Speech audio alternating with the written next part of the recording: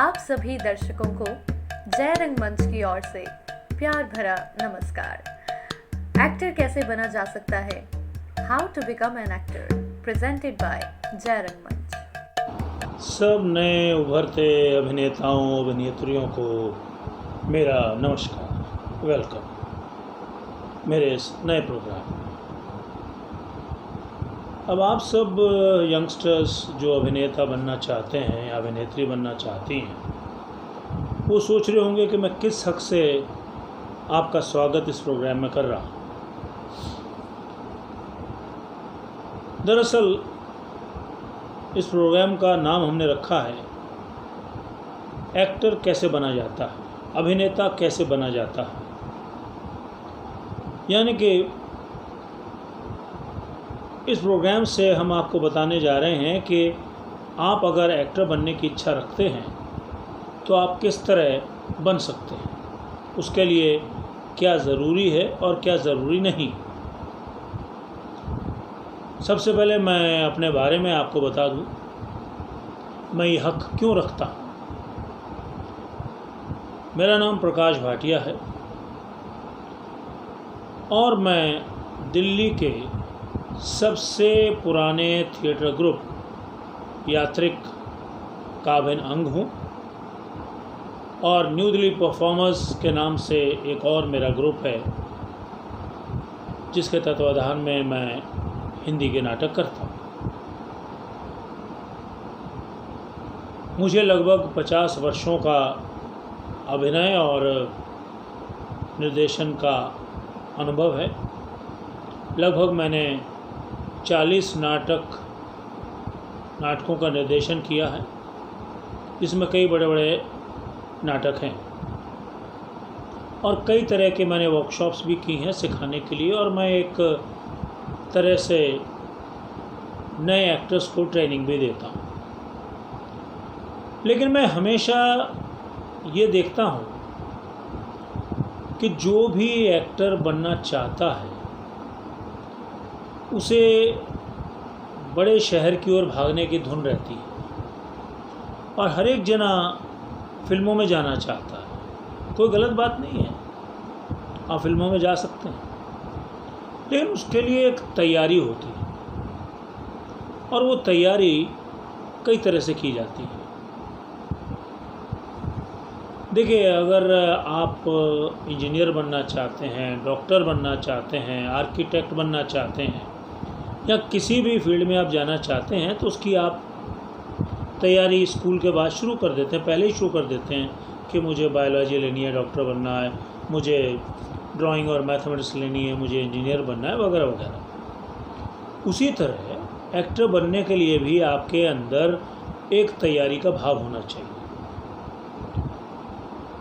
अगर आप अभिनय को अपना व्यवसाय बनाना चाहते हैं तो आपको तैयारी वहीं से करनी पड़ेगी। स्कूल टाइम से आपको अपने जहन में रखना पड़ेगा कि मुझे इसकी पढ़ाई करके इस विधा में जाना है।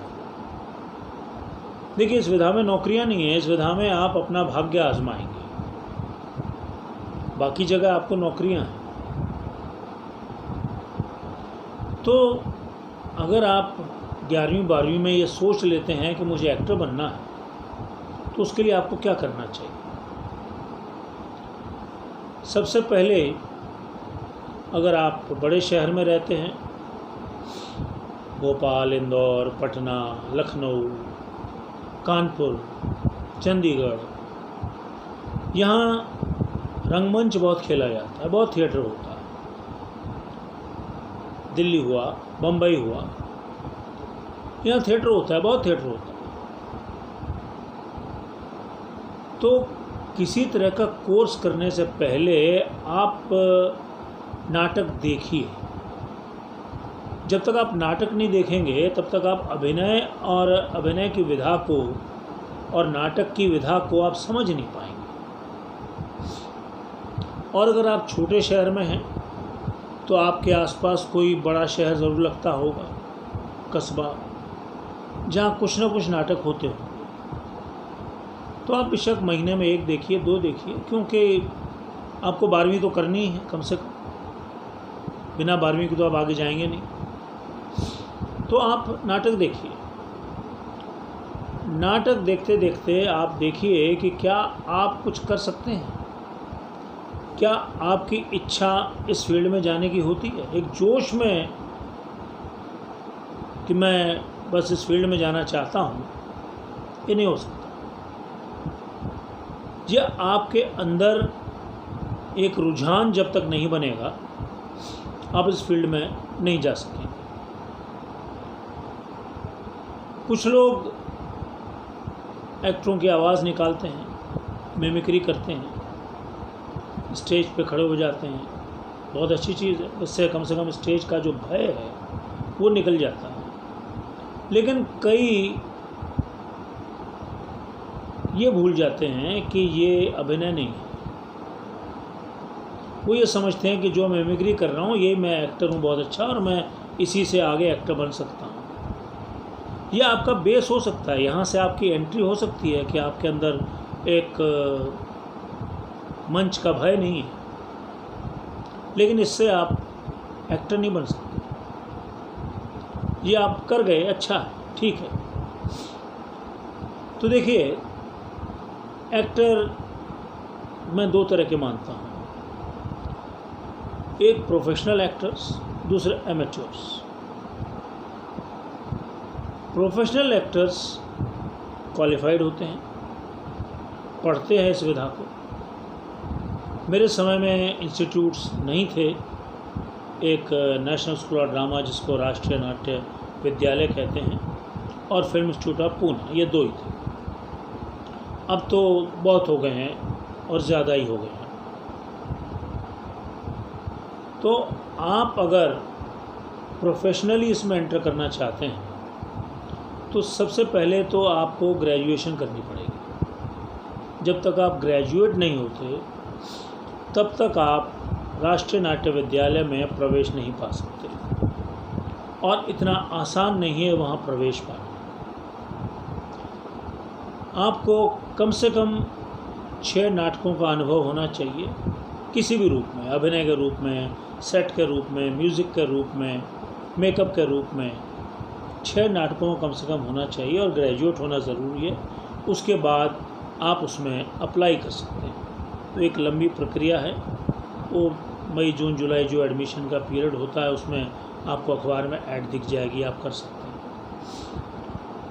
और फिल्म इंस्टीट्यूट ऑफ पूना भी है, वहाँ भी आप जा सकते हैं। लेकिन दरअसल मैंने देखा है कि जो राष्ट्रीय नाट्य विद्यालय से निकलते हैं वही ज़्यादातर फिर फिल्म इंस्टीट्यूट ऑफ पूना में जाते हैं। नसीर साहब, ओमपुरी साहब, ये सब राष्ट्रीय नाट्य विद्यालय के ग्रेजुएट होने के बाद वहाँ पे गए थे। तो ये तो एक है प्रॉपर एजुकेशन के साथ आप आगे बढ़ते हैं। लेकिन ये हर एक जना नहीं कर पाता, क्योंकि बहुत कम सीटें होती हैं, और आपके अंदर कितना टैलेंट है, आप कितना इसमें अंदर जा सकते हैं सीखने के लिए। और फिर उस समय जब आप एग्ज़ाम देते हैं उसका, उस समय आपका भाग्य आपके साथ कितना है, तभी आप जा सकते हैं, क्योंकि सीटें बहुत कम होती हैं। जैसे बहुत ही बड़े कॉलेजों में बहुत कम सीटें मिलती हैं, उसी तरह यहाँ भी ऐसा ही है। और दूसरा है एमेच्योर, मतलब आप किसी नाट्य संस्था को ज्वाइन करते हैं और वहाँ कुछ साल करके आप बहुत कुछ सीख जाते हैं, और उसके बाद फिर प्रोफेशनल आप बन जाते हैं। तो मैंने आपको पहले आप किस तरह इस विधा में जा सकते हैं प्रोफेशनली एक ट्रेंड होके, वो एस्पेक्ट बता दिया। दूसरा मैं वो एस्पेक्ट बता रहा हूँ जो अधिकांश अभिनेता अभिनेत्रियाँ रास्ता पकड़ते हैं आगे बढ़ने के लिए। वो भी कोई गलत रास्ता नहीं है, बिल्कुल सही है, उसमें थोड़ा समय लगता है, लेकिन आप प्रैक्टिकल काम करने लगते हैं, और अभिनय प्रैक्टिस का खेल। अगर आप प्रैक्टिस नहीं करते हैं तो आप अभिनेता नहीं बन सकते। देखिए, गायक रियाज़ करता है अपने हुनर को निखारने के लिए, चित्रकार चित्रकला में लगा ही रहता है, चाहे पेन से बनाए, पेंसिल से बनाए, रंग से बनाए, वो अपने उस हुनर को और निखारता है। गायक आपको बता ही दिया रियाज़ करता है कितना, तो एक्टर को भी रियाज़ करना पड़ता है। और वो रियाज़ होता है अलग अलग नाटकों को देखना, उन नाटकों को पढ़ना और उन नाटकों को बोलना, उस चरित्र को कैसे बोला जाता है। जब तक आप ये सब नहीं करेंगे तब तक आप आगे नहीं बढ़ सकते। तो जिस भी शहर में आप हैं, अगर वहाँ नाटक होते हैं तो नाटक देखिए, कुछ समय अपने को मानसिक रूप से तैयार कीजिए, क्योंकि आसान विधा नहीं है। जब आप परिपक्व हो जाते हैं तो बहुत आसान लगती है, लेकिन शुरू में ये आसान नहीं है, बहुत मेहनत मांगता है। मतलब बम्बई की अगर आप सोच रहे हैं और आप कुछ नहीं जानते हैं तो आप मत जाइए, पहले सीखिए, कुछ कीजिए। आपके शहर में अगर नाटक होते हैं, नाटक देखिए, और आपको लगे कि अब मैं इसमें उतर सकता हूँ और मेरी इच्छा शक्ति है, तो कोई भी नाट्य संस्था आप ज्वाइन कीजिए। हर नाट्य संस्था नए एक्टरों को बड़ी जल्दी वेलकम करती है बिना किसी दिक्कत के, लेकिन वहाँ बहुत मेहनत करनी पड़ती है। जो डायरेक्टर बोले वही मानना पड़ता है और वही करना पड़ता है। जितना आप सुनेंगे एज एन एक्टर अपने डायरेक्टर को, आप उतने अच्छे कलाकार, उतने अच्छे एक्टर बनेंगे। तो आज के इस एपिसोड में, इस पार्ट में इतना ही। दूसरे एपिसोड में यहाँ से आगे बढ़ेंगे। धन्यवाद, नमस्कार।